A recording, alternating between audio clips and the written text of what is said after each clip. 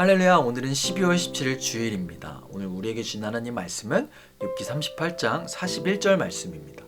제가 봉독하겠습니다. 까마귀 새끼가 하나님을 향하여 부르짖으며 먹을 것이 없어서 허우적거릴 때 그것을 위하여 먹이를 마련하는 이는 누구냐. 아멘. 지금까지 욥기의 내용은 욥의 고난이 죄 때문인가 아니면 무지 때문인가가 논쟁거리였습니다. 그러다 이제 하나님의 등장으로 하나님은 욥을 우주 여행을 시켜주시고 이제는 많은 동물들이 있는 사파리로 초대하시죠. 오늘 하나님이 첫 번째로 언급하시는 야생동물은 사자와 까마귀입니다.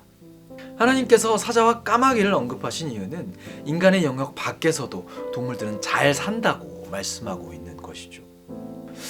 그러나 사자와 까마귀는 어울리지 않습니다.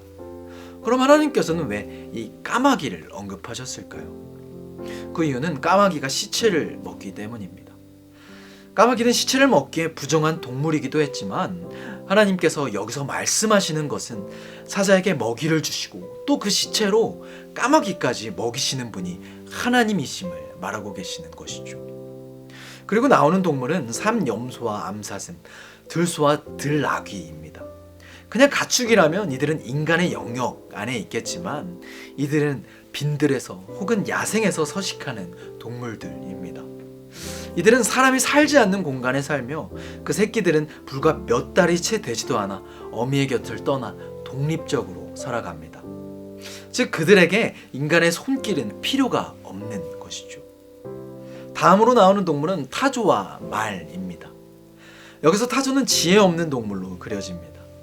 타조는 날지도 못하며 그 알을 흙으로 덮어두기만 할 뿐 둥지를 만드는 노력도 하지 않습니다. 누가 지나가다가 밟을지도 모르는데 타조는 신경 쓰지 않죠. 타조가 이렇게 행동하는 이유는 하나님께서 지혜와 명철을 주지 않으셨기 때문입니다. 지혜와 명철은 하나님이 인간에게 원하시는 바가 무엇인지 알 수 있는 중요한 것들이죠. 그래서 엘리후는 그토록 욥에게 지혜 타령을 한 것입니다. 그 지혜와 명철이 없으면 멸망하기 때문에. 그러나 타조는 멸망하지 않았죠. 멸종하지 않았습니다. 그런 것이 없어도 오히려 잘만 살아가죠. 말을 타고 전쟁에 나가 살아남으려면 지혜와 명철은 필수입니다. 그러나 타조는 그 기마와 기병들을 보고 비웃을 뿐입니다. 지혜와 명철로 전쟁을 벌이는 사람들이 타조는 미련해 보일 뿐인 것이죠. 마지막으로 등장하는 동물은 매와 독수리입니다. 하나님은 물으시죠. 매와 독수리가 어느 방향으로 날아갈지 또 어디에 둥지를 칠지 결정하는데 인간의 지혜가 필요하냐고. 성도 여러분, 매와 독수리는 그렇게 높고 위험한 곳에 왜 둥지를 틀까요? 사람의 눈엔 그것이 멍청해 보이고 불편해 보일지 몰라도 새들은 그것을 전혀 상관치 않죠. 그들에겐 시체를 먹는 것 또한 전혀 문제가 되지 않습니다. 정결과 부정의 문제는 그들에게 문제가 아니기 때문입니다. 성도 여러분, 하나님께서는 왜 욥에게 이런 동물들의 이야기를 해주셨을까요? 동물에 대해 좀 알라고. 그것은 아닐 것입니다. 인간은 먼 태양계뿐만 아니라 가까운 동물들도 잘 모릅니다. 본문에 등장하는 동물들은 대개 인간들에게 길들여지지 않은 야생 동물들이었죠. 이들은 인간의 손을 타지 않아도 잘만 살아갑니다. 즉 하나님께서는 말씀하시는 것이죠. 시간 여행을 하지 않아도 굳이 저 하늘까지 가지 않아도 인간이 알지 못하는 세계가 있다는 것입니다. 인간의 지혜는 한정적이라고 말씀하고 있는 것이죠. 욥과 친구들이 다뤘던 지혜는 규범적인 지혜였습니다. 이는 세상을 이분법적으로 바라보게 만들죠. 지혜와 무지, 선과 악, 옳고 그름 등 세상을 두 가지 시각으로 보게 만듭니다. 그런 39장에 등장하는 동물들은 야생 동물들이기도 하지만 대부분 시체를 먹는 부정한 짐승들입니다. 하나님께 바칠 수 없는 동물들이라는 것이죠.